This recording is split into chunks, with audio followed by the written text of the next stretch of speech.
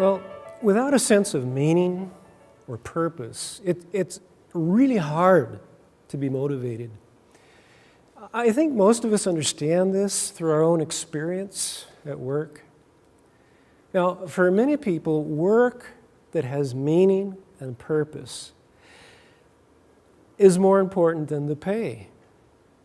Some people will do work for lower pay because it's work that has meaning and purpose.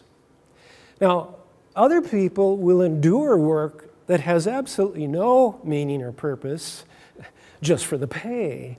But imagine if you were doing work that had no meaning, no purpose, and no pay.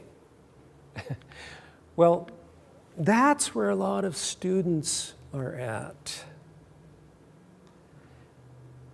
They're not getting paid. And without meaning, without purpose in their studies, many students just get by, and some not even that. And when it comes to school, there's really no shortage of what to learn.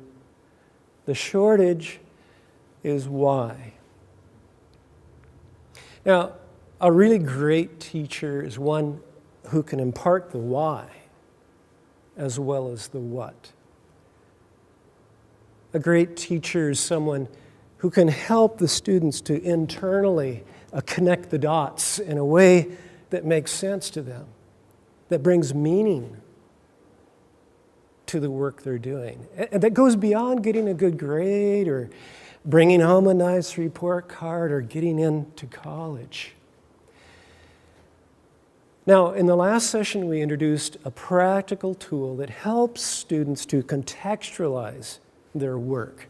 That tool was called the Activity Contextualizer.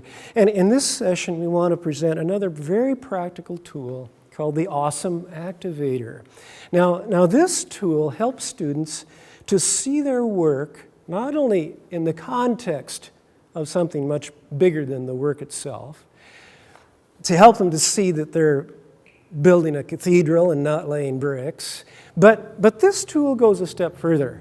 It actually moves the students towards action steps.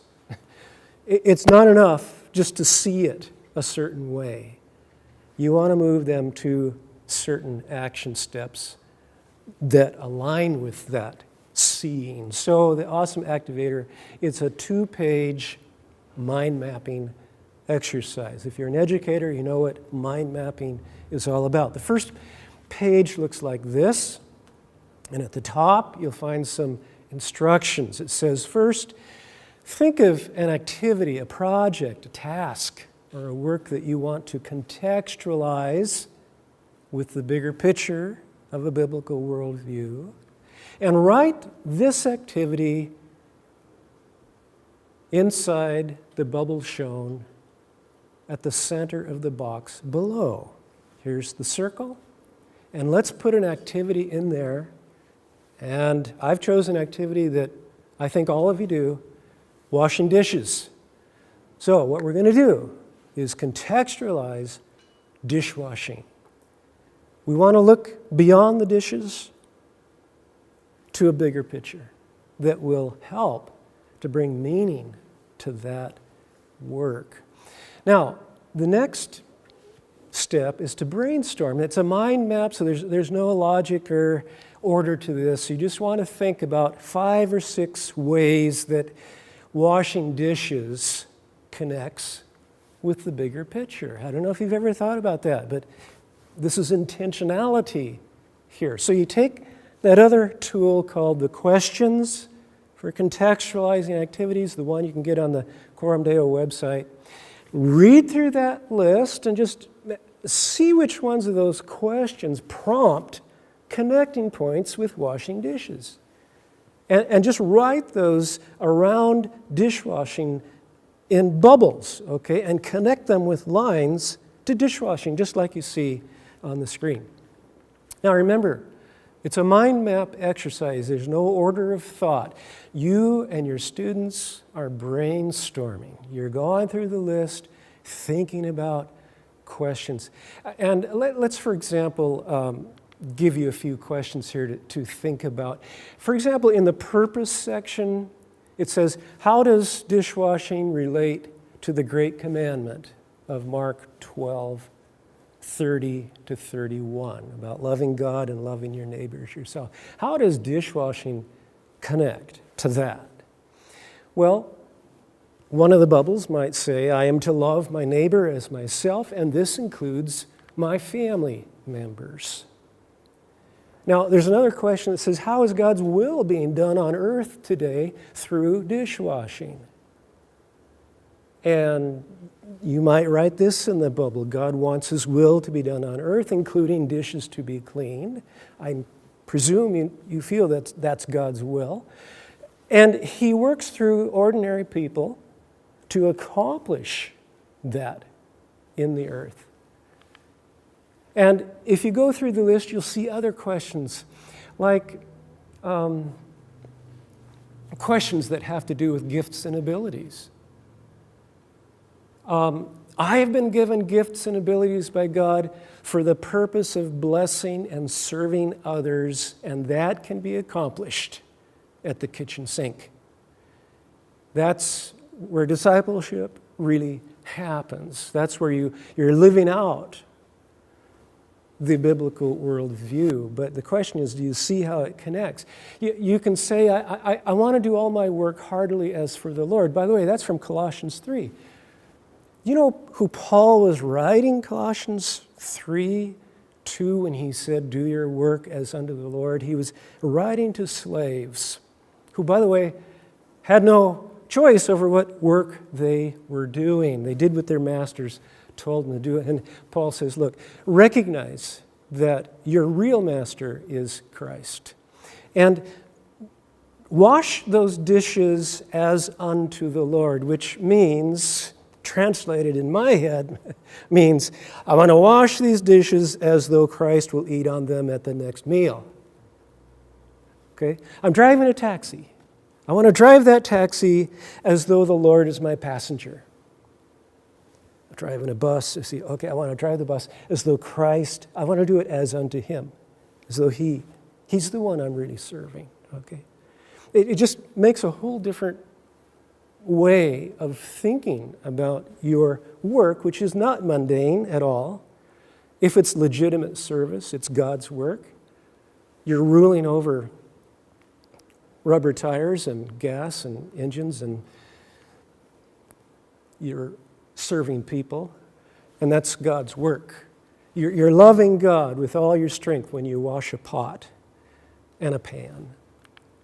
Now, the next step, step 3, which is the one we're on now, it says this: write down some specific ways you could apply the biblical worldview connections to your activity, that you could apply those bubble thoughts to washing dishes. Talk it over with a friend, pray about it, think outside the box, and then write those down as I could statements. These are visionary I could statements. Here's the way one person did it.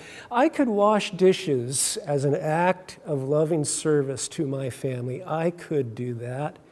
It could be a direct expression of my love for those who are closest to me. I could wash dishes as an act of service to God himself and as a fulfillment of his cultural commission to govern over water and soap and cups and plates. Think about that. What could you do? It's visionary. And then step 4, you have to think about, well, if that's going to happen, what preparation do I have to take? Is there some training I need? Is there some research I need to do? What do I have to do to be successful in that vision? And then you write that down. You're intentional about it. And the person who did this exercise said, well, I really must be convinced that dishwashing is the will of God for me. I must be convinced that he really wants me to do this as an expression of his will being done on earth as it is in heaven through me. And this person said, I must be conscious of the fact that when I'm washing dishes, I'm doing work God wants done. And I have to bear in mind that when I'm washing dishes, I'm doing it as though He's going to eat on them. And I must realize that I'm washing dishes to serve God and people. That's what this person felt. That's the adjustment this person felt that he needed to do in order to contextualize that activity. And the last step now is the action step. This is where you bring it down to, okay, what now? If all of this is true, if all of this makes sense to me, how then shall I live? What difference does it make? What action steps? Well, this person wrote this down. I will put a little sign near my sink that reads, "Here I directly serve God and love others. I'm fulfilling my role of governing over the material world." Now that might sound silly to you, but this is what would help this person to remember what they're doing at that sink. It was an action step. And then this person said, I'll use my dishwashing time as a time of practical discipleship. I'll put my faith into action here in a very real and practical way. And I'll wash dishes regularly and consistently without complaining in a timely and organized fashion. Pretty good, I think. Now, you parents that are watching, you might want to do this exercise with your kids, your teenage kids at home. See what happens. You get the idea. Now, the same approach can be used with any activity that a student does, whether it's learning to read, solving math problems, writing a short story, doing a research project, or playing soccer. It's all about intentionality. It's about thinking through the ramifications. It's about being specific enough to write them down. It's about putting your work into the context of that bigger picture, which brings extraordinary meaning to ordinary work. Now, I have one more session. And in this final session, I want to actually introduce you to some educators who are actually doing what I've described to you. I want to talk with them about their experiences in the classroom and the effects that it's having on the way their students are thinking and how it's sifting into the home. And we will do some interviews of these teachers. And then I'm going to conclude with some recommendations for teachers in state schools.